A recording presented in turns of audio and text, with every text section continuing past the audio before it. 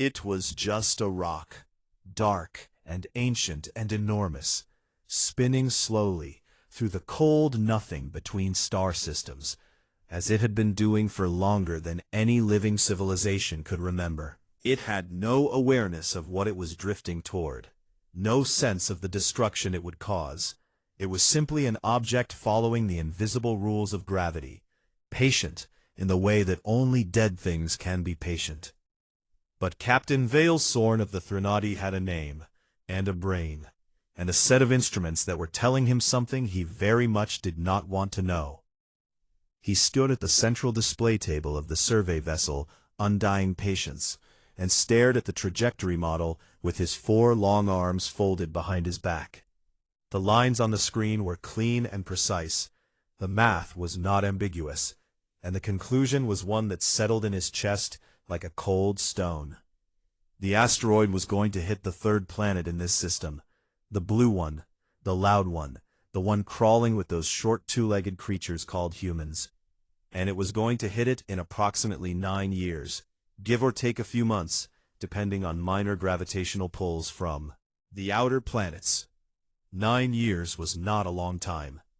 The impact, according to his ship's predictive models, would release energy roughly equal to several million of the human's largest explosive devices going off at the same moment. The impact zone would be reduced to molten rock, the shock wave would travel outward for thousands of kilometers, and the dust thrown into the atmosphere would block enough sunlight to collapse the planet's food supply within a decade. Not a quick death then, a slow one, cold and hungry, spread across years. Veilsorn had been a survey captain for 40 years. He had charted dead moons, mapped gas giants, catalogued the ruins of 3 extinct civilizations, and once spent 6 months orbiting a star that was in the early stages of going nova.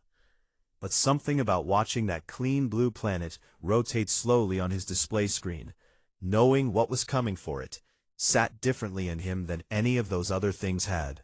First Officer Dren approached quietly from the side.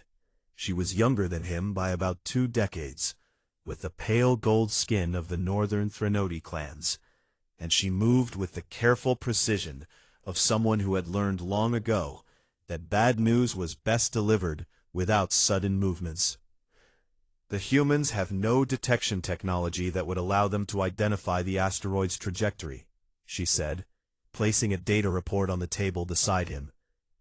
And their current spacecraft capability is limited to their immediate planetary neighborhood. They have no means of mounting any kind of deflection mission, even if they were somehow aware of the danger. How many of them are there? Veilsorn asked. Approximately 8 billion, spread across one primary world and several small off-world research stations, Dren said, though those stations would not survive the collapse of the homeworld supply networks for more than a few months. 8 billion. That number sit in his mind for a moment. 8 billion small, loud, violent, stubborn, and strangely fascinating creatures, none of whom had any idea that an old Threnody captain was standing above their clouds, right now, deciding whether their future was worth the cost of his ship's fuel reserves. The Galactic Conclave had very clear rules about interference with pre-contact civilizations. The rules existed for good reasons, and Veilsorn had followed them faithfully for 4 decades. But those rules had been written to prevent the Conclave from meddling in the natural development of other species, not to prevent a ship from moving a rock that gravity had carelessly aimed at someone's home. At least that was how he chose to read them. His navigator, a young male named Koss who had joined the crew only 8 months ago, and still got visibly nervous whenever the captain looked at him directly, raised one of his hands from his station. Great care. The fuel needed to power the mass driver at the required output level would leave us stranded here for an estimated 4 to 6 months, pending resupply. And the Conclave Oversight Board will want a full accounting of the fuel use when we return to base. Veilsorn said, I am aware. There will likely be a formal review, Dren added, not unkindly. Possibly a disciplinary hearing. The asteroid technically does not qualify as a recognized emergency, under Section 14 of the Survey Charter. Because the humans are not a Conclave member species. I know what Section 14 says, Veilsorn told her, and his voice was not sharp, just quiet and steady, in the way that his crew had learned to recognize as the sound of a decision already made. Nobody argued further. The mass driver preparation took most of the ship's crew, working in rotating shifts for just over 6 hours. The calculations were slow and careful, because the difference between a -Pru Oxy and -Pru Sig, successful deflection, and accidentally redirecting the rock toward another inhabited system, was a matter of very small numbers. And Veilsorn reviewed every figure himself before he gave authorization for the firing sequence. While they worked, he stood at the observation deck and watched the blue planet below. He thought about the creatures down there, running around their small continents, fighting their small wars, building their small cities, raising their families under a sky that had no idea what had almost been written in it. All of them completely unaware that somewhere above the clouds, an old alien who had never heard their names was spending the last of his ship's fuel to keep them alive. There was something strange about that thought, something that sat in his chest in a way he could not name precisely. He was not doing this because he liked them. He did not know them well enough to have feelings about them in either direction. He was not doing this because the Conclave would reward him, because the Conclave would almost certainly reprimand him for the fuel expenditure and the protocol irregularity. He was doing it because the rock would kill them, and he had the ability to move the rock. And those two facts together left him no comfortable alternative. The mass driver fired, on the morning of the second day, a single precise burst of focused energy that struck the asteroid at exactly the angle the calculations demanded. And Veilsorn watched through the observation viewport as the rock's slow spin changed by a fraction of a degree, that would, over the following years, compound into a miss of several million kilometers. From the observation deck it looked like almost nothing, a shimmer of light against the dark, a brief vibration in the deck plating, and then silence. But the math was different now. The asteroid would pass the blue planet without touching it, on past, and out into the empty dark beyond the system, just as it had before. Except now, it would not kill 8 billion people on the way. Veilsorn recorded a log entry that evening, sitting alone in his quarters with a small recording device in one hand, and he was quiet for a while before he spoke. "We gave them time," he said at last. "Whether they use it well, that is their debt to pay. I do not require repayment, and I do not expect gratitude from beings who will never know this happened. But I know it happened, and that is enough for me." He paused, and then added one more thing. "The right thing rarely announces itself with fanfare," he said. "It is usually quiet and inconvenient, and it costs you something. And it is still the right thing." He sealed the log, marked it with a low priority flag, and filed it in the ship's archive, where it joined thousands of other routine entries from 40 years of work at the quiet edges of the galaxy. Then he told Dren to signal the nearest Conclave resupply station, accepted the fact that there would be a formal review when he got home, and went to sleep. Below the ship on the blue world, 8 billion humans continued their lives without interruption, eating, arguing, falling in love, building things, breaking things, staring up at the night sky with that particular hungry curiosity their species had always shown. And none of them felt the future being quietly handed back to them by a stranger who would be dead before any of them ever looked up and wondered if someone else was out there. The Galactic Conclave's central station was called the Meridian. It was the largest artificial structure in the known galaxy, a ring-shaped habitat roughly 40 kilometers across, orbiting a quiet yellow star at the rough center of the Conclave's territorial boundaries. And it was the kind of place that made most beings feel very small and very aware of how many other kinds of minds existed in the universe. Ambassador Sarah Voss of Earth had been working on the Meridian for 3 years, and she had long since stopped being impressed by its size.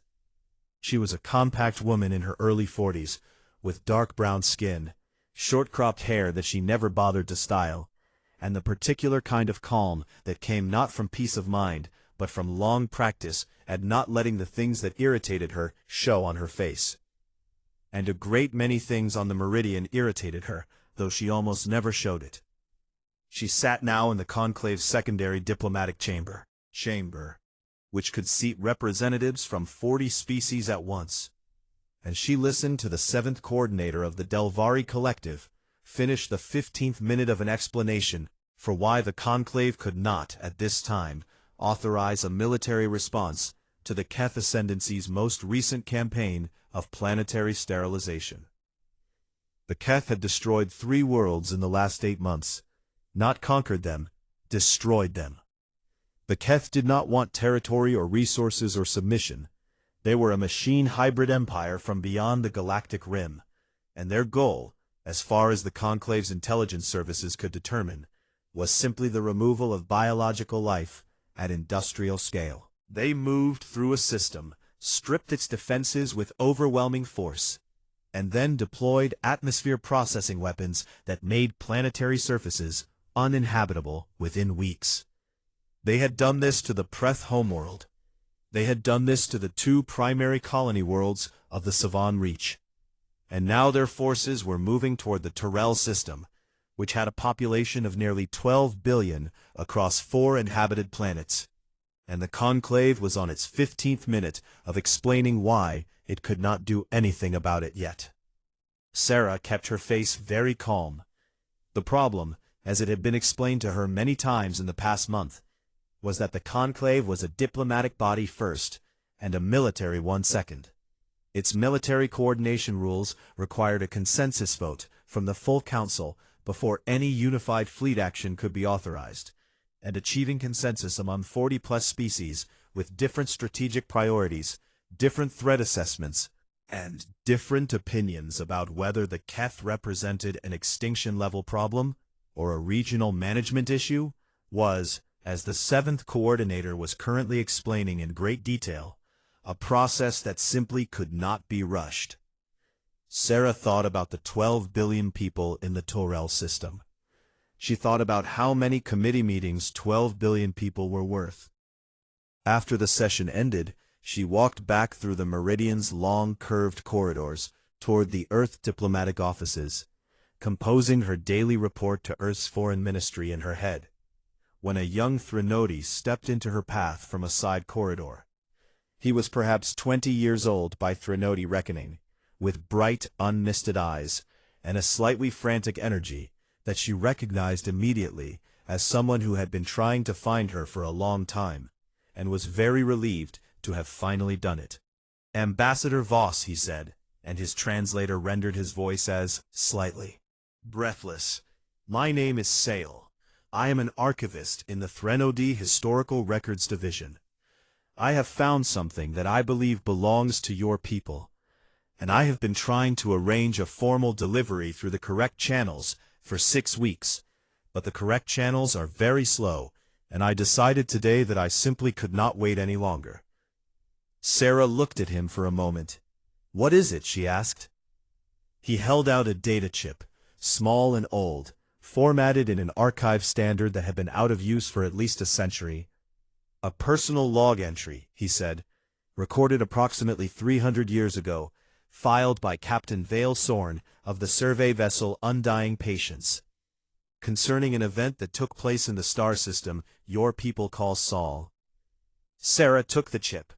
It took her assistant 20 minutes to locate a reader compatible with the old format, and Sarah sat alone at her desk in the Earth diplomatic office and listened to a recording of an elderly Threnody captain's voice, translated by the archive system into flat and slightly formal standard conclave language. She listened to it twice. Then she sat very still for a long while, looking at nothing in particular, while something moved through her that she could not immediately put a name to. It was not quite grief, and not quite gratitude, and not quite anger, but it had pieces of all three, and it sat in the center of her chest and burned quietly like a small, steady fire. An asteroid, 300 years ago, an old alien captain with no particular reason to care, had moved a rock that would have killed everyone on Earth, filed a low-priority log entry about it, and gone home. And humanity had grown up, and joined the conclave, and spent 3 years watching committees debate the deaths of alien civilizations, never knowing that one of those aliens had once decided, without committees or votes or formal reviews, that humanity was worth saving. She thought about the Preth homeworld. She thought about the Savan Reach. She thought about the 12 billion people in the Tyrell system, and the Keth forces currently moving into position around it, while the Conclave completed its consensus process. And she thought about a very old voice saying, whether they use it well, that is their debt to pay. She put the data chip down on her desk very carefully, the way you put down something fragile. Then she picked up her communicator and placed a call to Earth. Not to the Foreign Ministry, not to the Diplomatic Corps, but directly to the office of the Earth Defense Council, which was a different kind of office entirely, and had very different kinds of people in it. The connection took a moment to establish across the distance. "This is Voss," she said when the line opened, and her voice was very steady and very quiet. "I need to speak with the full council tonight, if possible. I have information relevant to our strategic position in this region, and I believe we have been waiting too long already." She did not explain further on the open line. But on the other end, a tired-sounding duty officer said he would make the calls. And the call ended, and Sarah sat for a moment longer in her office, looking at the data chip on her desk. It was such a small thing, a chip no bigger than her thumbnail, in a format so old that finding a reader for it had taken 20 minutes of searching. And inside it was a 300-year-old voice, saying words that had been waiting quietly in the dark for someone to find them. Back on Earth, in a building in a city on a planet that had been quietly saved by a stranger 3 centuries ago, people began to make calls of their own, to admirals and generals, to engineers and logistics coordinators and pilots, to the crews of ships that had been sitting at readiness stations, waiting for an order that had not come yet. The calls moved fast, because humans had always been good at moving fast once the decision was finally made. In the Threnody Records Archive, Sale sat at his workstation and stared at the empty slot where the data chip had lived for 300 years. And he felt something he did not have a precise word for, the feeling of a story that had been waiting a very long time to have its second half written. On the Meridian, in the Conclave's diplomatic lounges, representatives from 40 species were still debating fleet compositions and authorization protocols. None of them knew yet that the debate had already ended. The fuse had been lit, and it was burning fast. And somewhere in the dark between stars, a cold blue planet's children were remembering an old debt that they had never been asked to pay, and they were coming to pay it anyway. The first human warships arrived at the Tyrell system 17 days after Sarah Voss made her call to Earth. This was not supposed to be possible. The nearest Conclave staging fleet, which had been negotiating its chain of command and fleet composition for 3 weeks, was still 11 days away from being ready to depart, and the Tyrell system was not close to Earth by any standard measurement of interstellar distance. When the report of human arrival reached the Meridian's tactical center, the duty officer read it 3 times before accepting it was real, and then immediately sent a follow-up query to confirm the ship registry data was not corrupted. It was not corrupted. Admiral Juno Reyes had received her orders, and Admiral Juno Reyes was not the kind of person who spent any significant amount of time explaining to people why things could not be done quickly. She was a tall woman with close-cropped gray hair, and the kind of face that had been worn down by too many years of too much responsibility. Her eyes were dark and steady, and had the particular quality of someone who had looked at terrible things many times and kept standing anyway.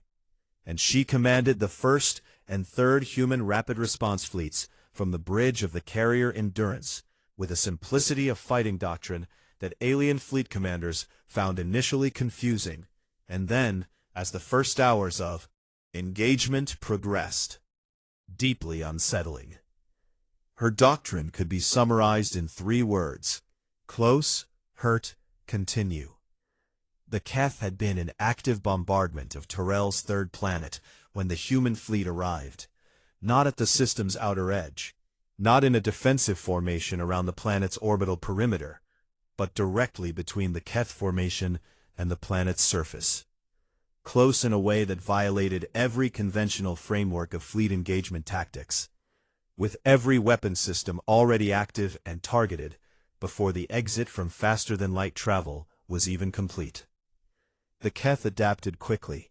They were not unsophisticated opponents, and they had been doing this to civilizations for a long time. And they brought their full formation to bear on the human fleet within minutes. What followed was a battle that the Conclave's military analysts would spend years studying. Human warships did not fight the way other species fought. Civilizations had developed combat doctrines that valued fleet preservation, because ships were expensive and crews were valuable. And the goal of most engagements was to force the enemy to withdraw, rather than to destroy them entirely. But human ships fought as though the only acceptable outcome was for the enemy to cease to exist. They absorbed damage that should have broken their formations, and kept pressing forward. When a ship was disabled, the ships around it closed the gap without being told to, and continued pressing the attack. When the Keth attempted a flanking maneuver designed to split the human fleet and deal with each half separately, the human response was not to fall back and reform. It was to split willingly and attack both the flank and the original position at the same time, from both directions simultaneously. On the surface of Torel's third planet, it was worse. The Keth had deployed ground units to accelerate the atmosphere processing.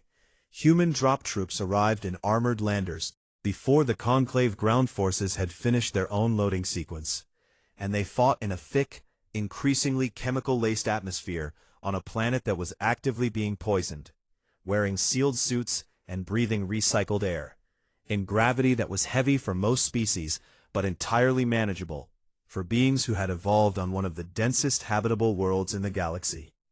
They fought for 36 hours without rotation. Most species required regular rest cycles to maintain anything close to effective combat performance.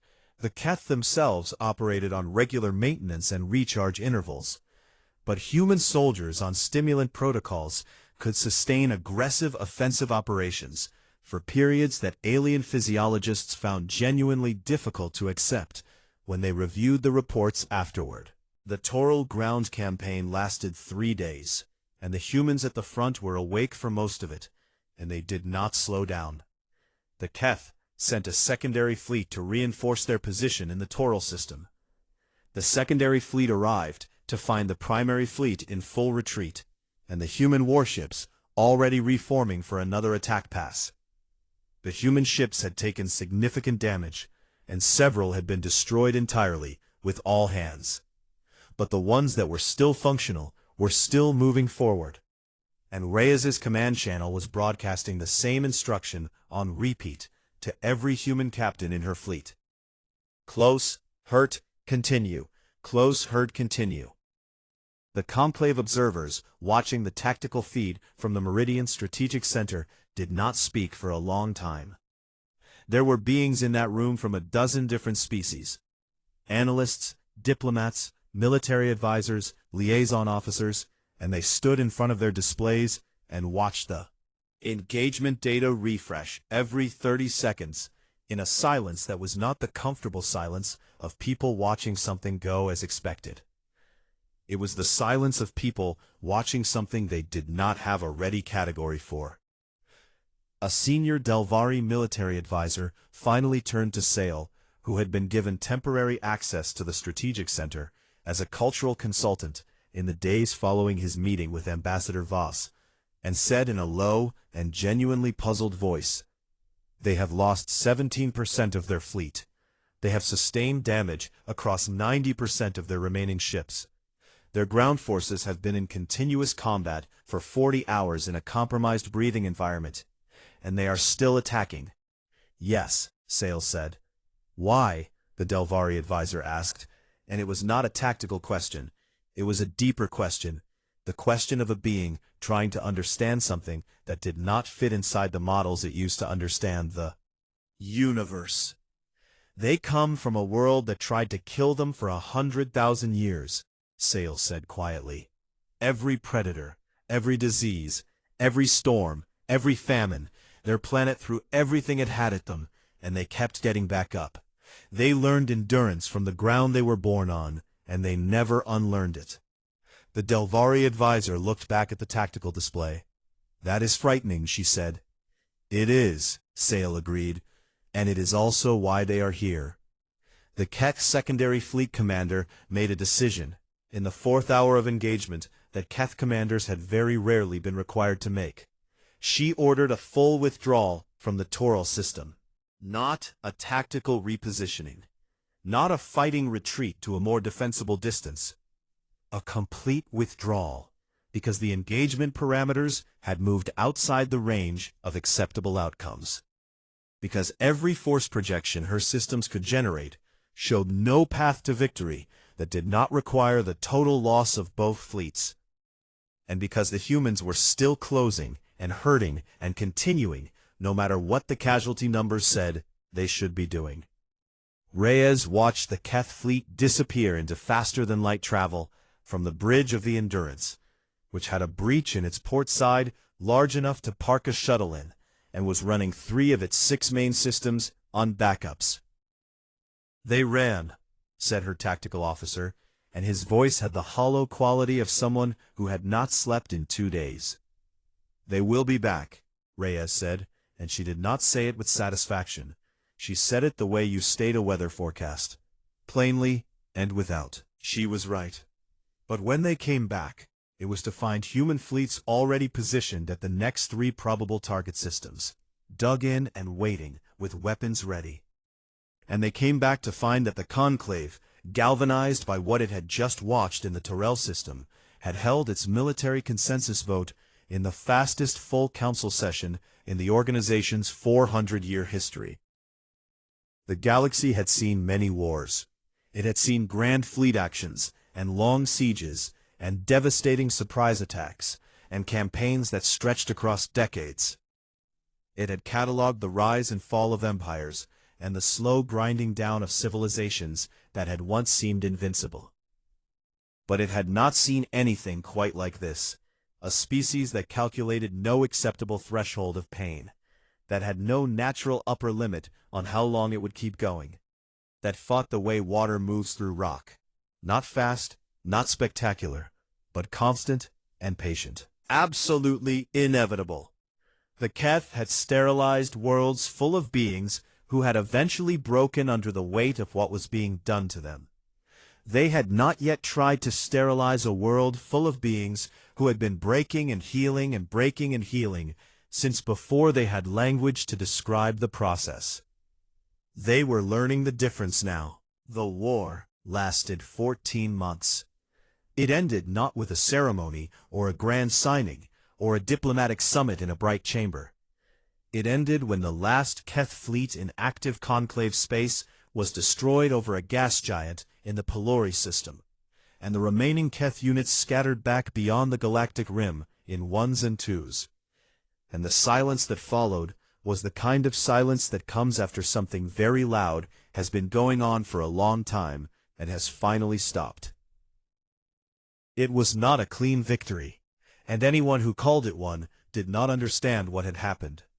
2 human colony worlds had been struck by Keth retaliation weapons during the campaign, not fully sterilized the way the Keth had processed their other targets, because human defensive fleets had intervened quickly enough to interrupt the process before it reached completion, but damaged badly enough that both worlds would require decades of environmental work before they were fully livable again.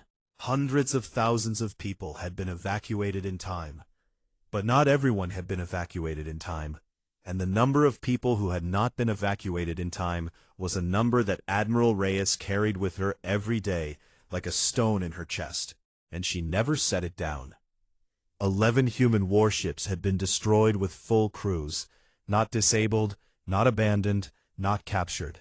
Destroyed, with nothing remaining but debris fields and names on a list. The total human casualty count across the entire campaign, military and civilian combined, was a number that Sarah Voss had asked to be read to her exactly once, and then asked never to be read to her again. Other species had bled too. The Torel had suffered enormous losses before the human fleet arrived in their system, and several smaller Conclave member species had lost soldiers in the joint ground campaigns. But everyone acknowledged, quietly and without much public discussion, that humanity had carried the forward weight of this war in a way that no other species had been willing or able to match. The Conclave did not have a good framework for processing that fact.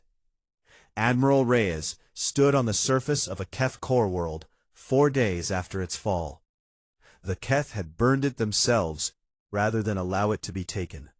A final act of spite that said something cold and total about what they were, and the surface around her was gray and still, covered in a fine ash that had once been buildings and machinery and things she did not want to think about too carefully.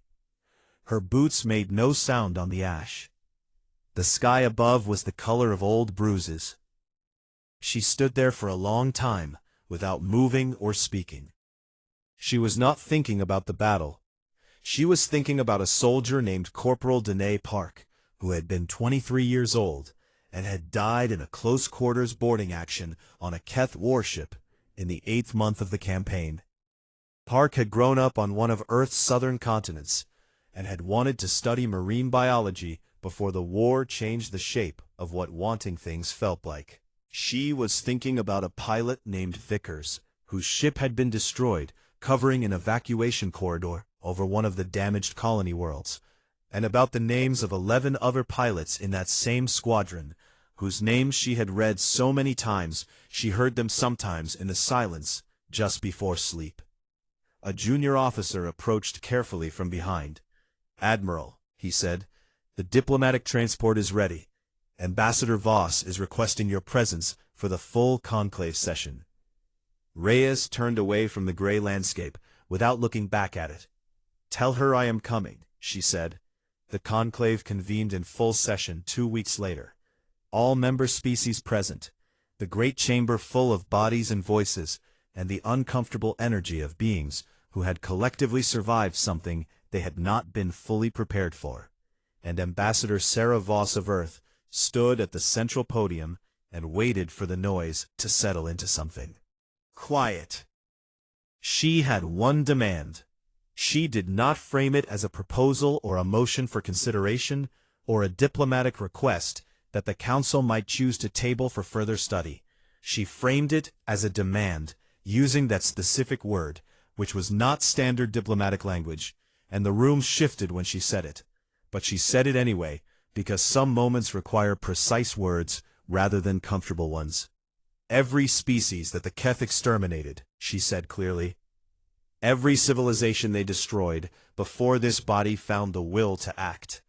Their names will be inscribed permanently in the Conclave's Hall of Memory, not as a footnote in an archive, not as a historical addendum in a database somewhere, on the primary wall of the main public chamber, where every being who enters this station sees them and cannot pretend they did not know." The chamber was very quiet. "This is not negotiable," she said. And then, one by one, the council members voted yes. Not because they were frightened of humanity, though some of them were. Not because they owed a strategic debt, though they did. But because she was simply right. And the room full of beings from 40 different species knew she was right. And sometimes the right thing just needs to be said out loud by someone with the willingness to say it plainly before everyone else can find the courage to agree. Sale found her in the corridor outside the chamber after the session ended. He was holding something, the same old data chip he had given her weeks ago, before the war, before everything. And he held it out toward her with both of his hands in the threnody gesture of formal offering, which meant a thing given without any expectation of return. "I want you to keep it permanently," he said. It belongs with your people more than it belongs sealed in our archive. Sarah took it carefully from his hands. She held it for a moment and looked at it. Tiny thing that had carried a 300-year-old secret in the dark, waiting for someone to find it at exactly the right moment. Your people saved ours, she said, and her voice was quiet and direct. Not dramatic, just honest, the way facts are honest. 300 years ago, one of yours decided without committees or votes or strategic assessments that 8 billion strangers were worth the cost of his fuel and his career. We did not know. We could not thank him. He never asked us to. But we know now, and I hope what we did is enough. Sale was quiet for a long moment. And then something happened to his face. The silver membrane across his large eyes began to tremble, and it brightened at the edges, and a clear fluid gathered along its rim, and began to move slowly downward, which was the Threnody expression of something that translated only roughly into other languages, a feeling that sat somewhere between grief and gratitude and the particular relief of a wound that has been held for a very long time, finally being acknowledged by someone who understands why it hurt. He was weeping. He never expected anything, Sale said, and his translator rendered the words in a slightly uneven rhythm. He wrote in that log that he did not require repayment.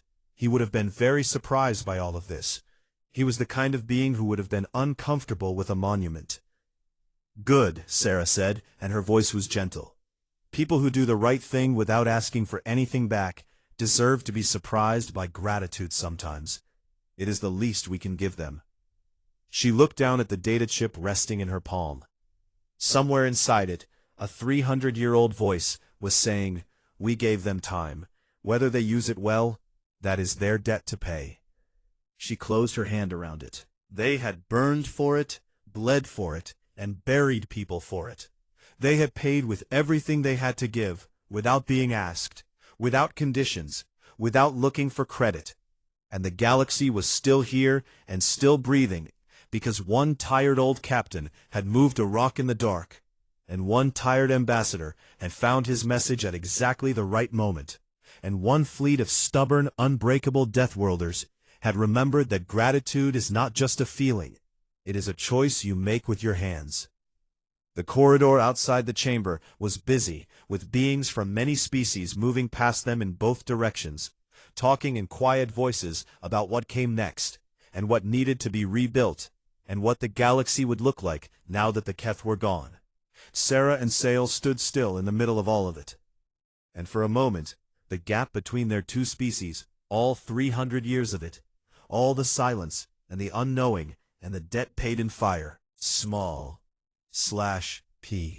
1 year after the last Keth fleet scattered back beyond the rim, a monument was unveiled on the meridian. It stood in the main atrium of the station, the wide, high-ceilinged public space where beings from 40 species passed every single day on their way between the residential sections and the council chambers. And it was made of a dark stone that had been quarried from a mountain range on Earth and transported at considerable logistical difficulty specifically for this purpose, because the committee that approved the monument had decided, after a long and surprisingly emotional debate, that the material mattered. The sculpture itself was simple, 2 hands reaching toward each other across a gap, one human and one Threnody, fingers extended, nearly touching but not quite, suspended above a low stone platform by a support frame so fine it was almost invisible from a distance, which was intentional, so that from across the atrium it looked as though the hands were simply floating there in the air between floor and ceiling, reaching for each other out of nothing. The plaque beneath it read, "From one act of mercy, an ocean of fire. From that fire, the galaxy endures."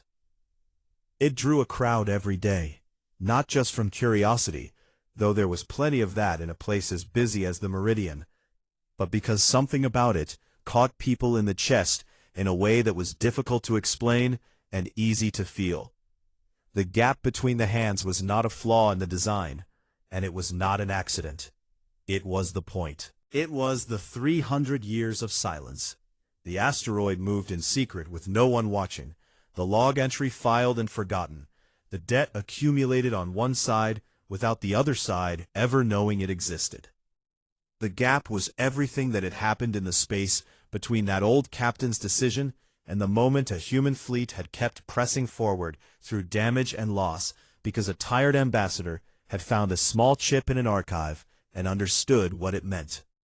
Sarah Voss saw the monument for the first time on the morning of the unveiling.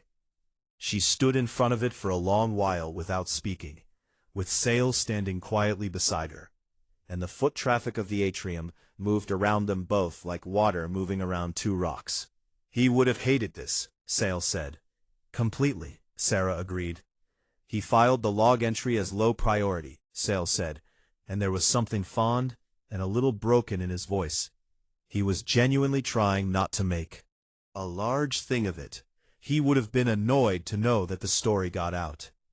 The worst kind of person to build a monument for, Sarah said. And she was smiling a little. The kind of smile that lives right next door to sadness and does not try to push it away. The best kind of person to build a monument for, Sales said gently, and Sarah thought about that for a moment and decided he was right. Admiral Juno Reyes did not attend the unveiling. She had submitted her retirement from the Human Defense Council 6 weeks before the ceremony, citing 31 years of continuous service and a strong and immediate desire to do something quiet.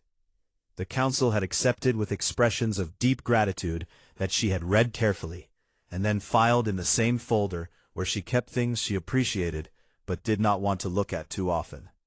She moved to a colony world, not one of the damaged ones, though she had visited both of those, and would visit them again, but a smaller one, newer, still in its early decades of being properly settled, where the air smelled like rain and unfamiliar plants, and the particular kind of beginning that does not yet know what shape it is going to take. She started teaching. It was not her plan when she arrived. She had a vague and unformed idea about farming, or at least about spending significant time outdoors doing physical things that did not involve anyone shooting at her. But a local school heard she was living nearby and sent a very polite message asking if she would come and speak to a history class, and she had gone because it seemed rude not to, and the children had asked such good and direct questions that she found herself going back the following week and then the week after that, until it became a routine she stopped questioning. She taught them about the war, but not only about the war.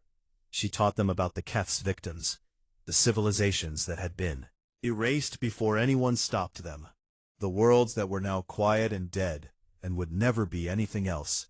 She taught them the names, all of them, the ones now cut into the stone of the Conclave's Hall of Memory, because names mattered and forgetting was its own kind of violence, and she intended for the children in her classroom to know who had been lost.